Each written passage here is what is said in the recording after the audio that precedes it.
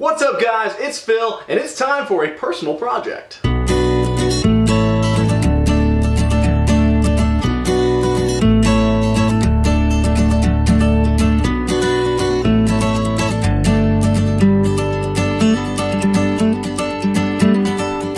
So I've been making skateboards for a couple of years now, and one of the things that I pride myself on is the fact that these things are made from locally sourced hardwoods. So let me show you some samples of my work. So the first design I came up with was based on a surfboard that I used to have. It was a StingFish style, so I cut a little stinger and did a fishtail on the back.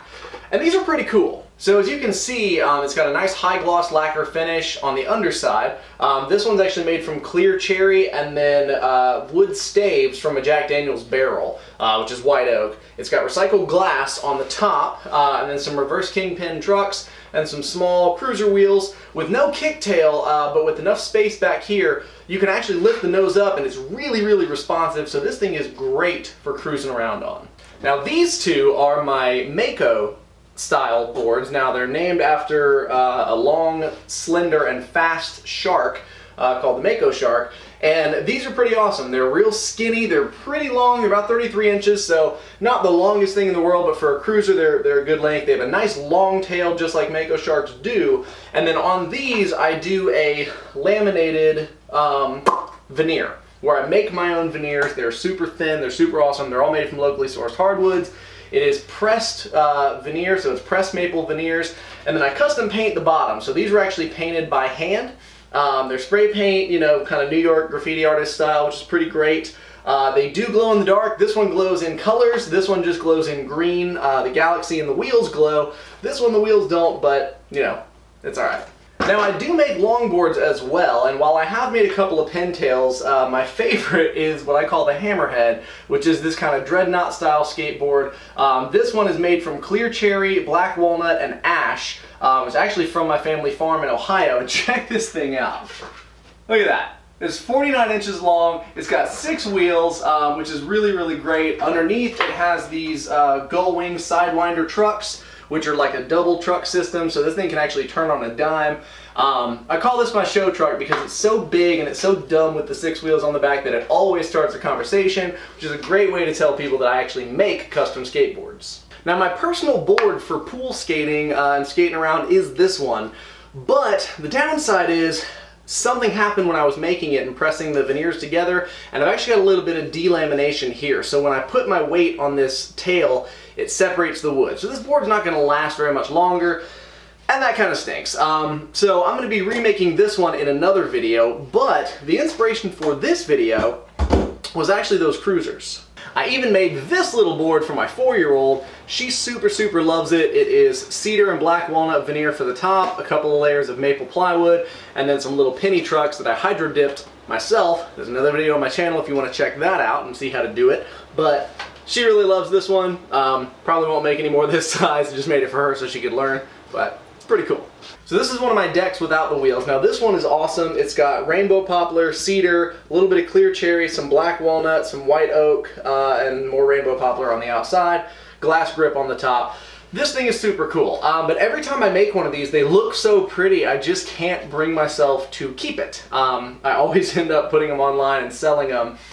So I'm going to make myself one of these in the video today, and I'm going to show you how I do it. So I found these Barnwood pieces and I think they're going to be great. They're much shorter sections and they only have like 6 nails each in them, so that's not going to be that hard to remove. I don't know what these species are, but they're really pretty and they've got a lot of colors and they're really, really, really dense. So I'm going to get started prepping these guys and get this thing put together.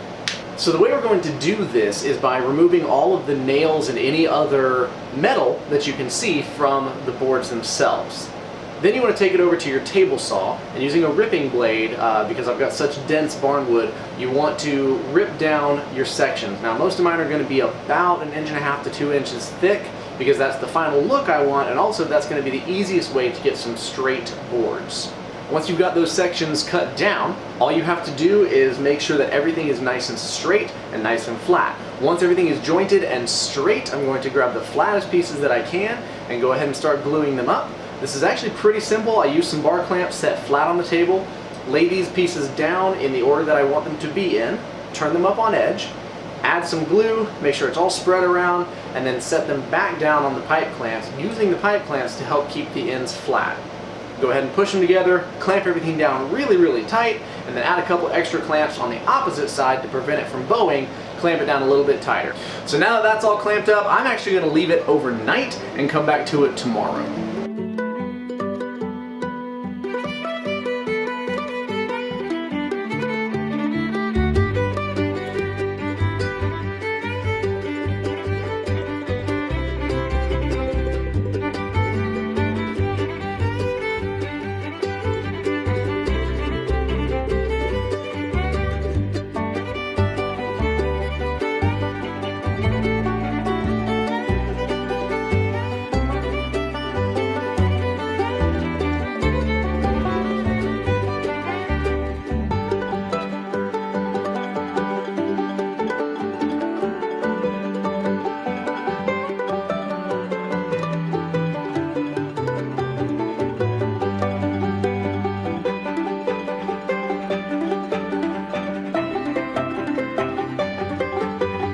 Alright, so now I've got this thing super flat, super smooth, kind of thin.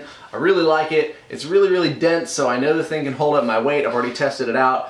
Usually I like to leave it about 3/4 of an inch thick or just shy of that. This one's just a little more than a 1/2 inch thick, but it's actually really nice. The next thing you need to do is make your template. Now I've got a pre-made template for this one because again I make and sell these things, so you may not have to have something this nice. All you have to do is get a piece of paper or cardboard, draw half of the skateboard and get all the dimensions perfect. So however you want it to look, get half of it done from the center point over. That's because we're going to put one side down, trace it, flip it over, and trace it again for the other side, making sure this is touching your center line on the board. The reason we do that is so that it is asymmetrical on both sides and you're not trying to draw the whole skateboard and get it perfect, because that's frustrating and wrong. Now that you've got your shape drawn out, I'm going to grab a jigsaw. I wish I had a bandsaw, but I just don't. Ironically, in this shop of some super nice tools and some super crappy tools, I don't have a bandsaw. If you have one, great, go for it, use that. That's probably going to give you better results. For now, I'm going to have to use a jigsaw, which is probably what more of you have anyway. Think about this, when you're using a jigsaw, if you're using a slightly softer wood, you don't really have to take your time as much and you don't have to worry about the blade wavering side to side. With this really dense wood and cutting some of these angles, it's not going to be good for me. It's gonna waver, it's gonna bend, and it's a problem. So I have to take my time, put it on a really high speed setting, and make sure that it can cut through this wood properly. Once you get it cut out, it's time to clean it up. So to clean this thing up, all we have to do is clamp it down to a surface, and using a hand plane, I want to go through and clean up all of the saw marks, try and get everything nice and flat again, and round over those corners so it's a really, really nice transition around all of the edges, and from the nose all the way back to the first stinger. I want to make sure that that's a really smooth transition and that there's no saw marks or any mistakes from when I was cutting it out. Last but not least, to finalize the shape, I have a handheld router and a roundover bit with a ball bearing on it. Now that ball bearing is going to hold the router bit in place, so I don't have to worry about like hand routing this thing. I can literally just butt the bearing up against the side of the skateboard and run it all the way around the edges and clean up those edges, round them over really, really nice. For this cruiser, I'm going to go ahead and flip it over again, make sure that the bearing is only touching the center line of the board, and go ahead and cut the other side so that everything is round all the way around. And now it's just time to sand it.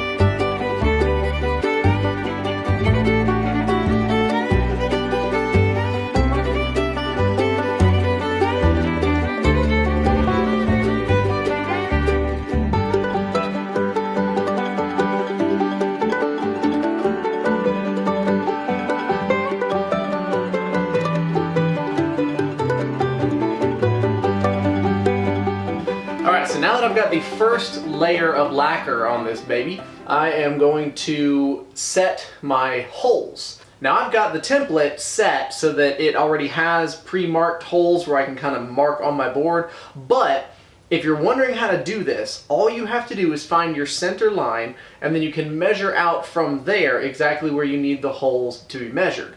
Here's one way you can cheat. Take the risers that you're going to be using that probably came with the kit that you bought, find exactly where the center is on those and mark it, and that now sits on your center line on your skateboard.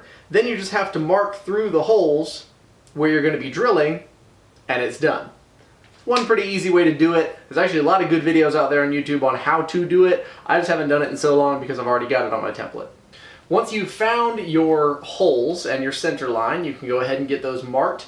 You want to drill them out with a 1/4-inch drill bit, and I like to use one that's got a brad point on it just so that I know it doesn't wobble while I'm trying to drill straight down through this thick wood. Once that's done, you want to make sure that the top side of the skateboard has a countersink in it. Now you can see here I've already tried to put a little bit of layer of the grip on. We're going to get to that in just a minute, but you want to drill out your countersink on the top side of your board. That's going to prevent the tear out from where you just drilled through the bottom, but also it's going to make it so that your screw heads will sit flush with the top of the board. So now all I've got to do is give this thing a good sanding.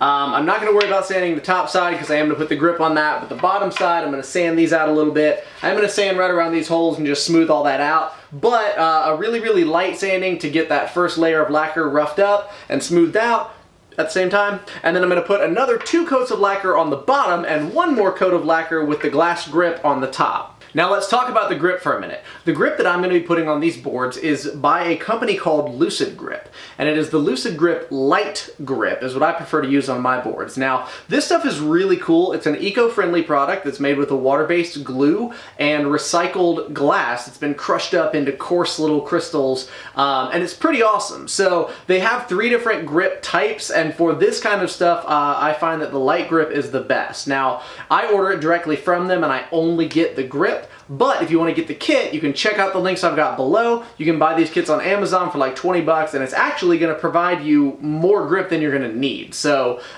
it is a little more than grip tape, but for me it's better. And also, if you buy the kit, you can always go back and repair if you ever get a bald spot without having to buy something else. So along with being eco-friendly and easy to apply, one of the reasons I like this is because it keeps the board looking beautiful. So the luster of that wood is going to still be there even with this stuff on top. With clear grip tape you get that hazy look and it gets really dirty. I don't like it. So the way I'm going to do this is by applying 1 more nice thick coat of lacquer once I get this thing prepped and ready. And while that lacquer is still wet, you just shake this onto it like a salt shaker, which is pretty awesome. So literally that's all I have to do. And now I like to do it all around, get it nice and even, and then sometimes I go back and put a light spritz of lacquer on top of it to kind of hold the sand in place, but you don't want to go too thick or you're going to lose your grip. So nice thick layer of lacquer, pour the glass on, real thin spray of lacquer on top of that, let it dry, and then we'll flip it over, put 2 or 3 more coats on the bottom, and we're done.